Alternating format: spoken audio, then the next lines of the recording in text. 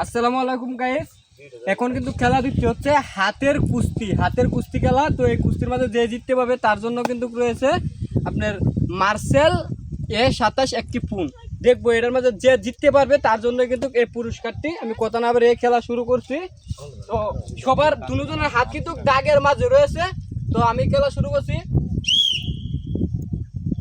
দেখা যাক কি হয়, দেখা যাক। যাই হোক, দুজন কিন্তু শক্তিশালী লোক।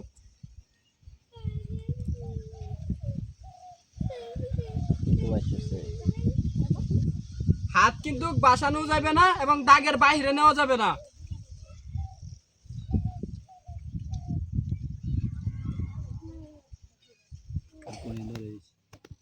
দাগের বাইরে কোনি গেলে কিন্তু শেষ।